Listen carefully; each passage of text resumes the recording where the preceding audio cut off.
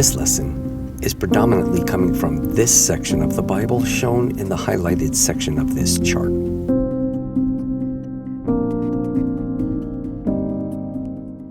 Lesson 16, Jacob through Joseph.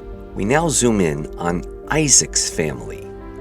Isaac had twin boys named Jacob, who was the second-born, and Esau, the firstborn. This theme of duality runs all through Scripture. It is usually the second-born or the youngest that is spiritual.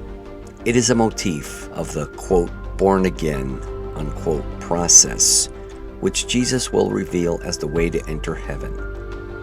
Notice the reoccurrence of this in Scripture. Remember Cain, the older, he was non-spiritual, and Abel, the younger, who was spiritual. And then we just had Ishmael, the older, and Isaac, the younger. Now, Esau, the older, who was non-spiritual, and Jacob, the younger, or second-born, who was spiritual.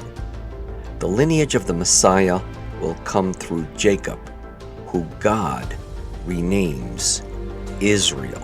Jacob, renamed Israel, had 12 sons who became the fathers of the 12 tribes of Israel. All Israelites in the Old Testament trace their lineage from these 12 sons, or 12 tribes. Israelites are called the children of Israel.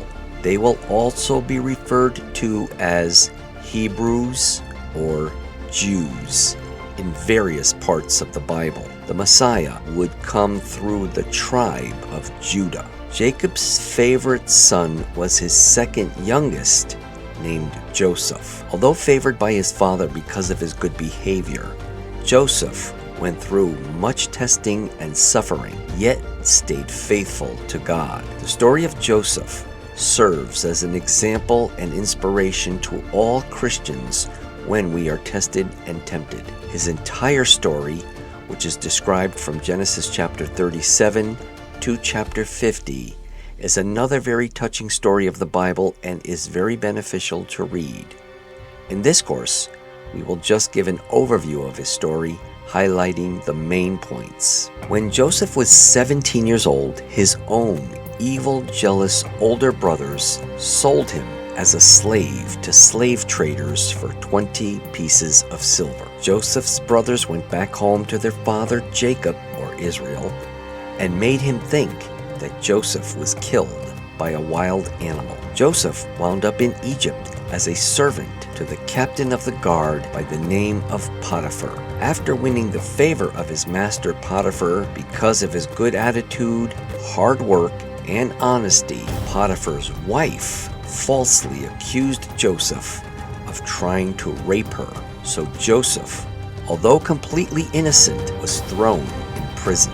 At the age of 30 years old, after being falsely accused and forgotten in prison, Joseph, with the help of God, interprets Pharaoh's dream, which prophesied 7 years of plenty, followed by 7 years of drought. Joseph was promoted to the second highest position in the land of Egypt as governor, so that everyone had to bow to Joseph. Joseph, as the governor of all Egypt, was put in charge of the food supply and prepared Egypt for the coming drought by storing much grain during the 7 years of plenty. When the 7 years of drought began, people all around the surrounding nations came to Egypt to buy food and had to appear before Joseph. Sometime during the second year of drought, Joseph's brothers came to Egypt,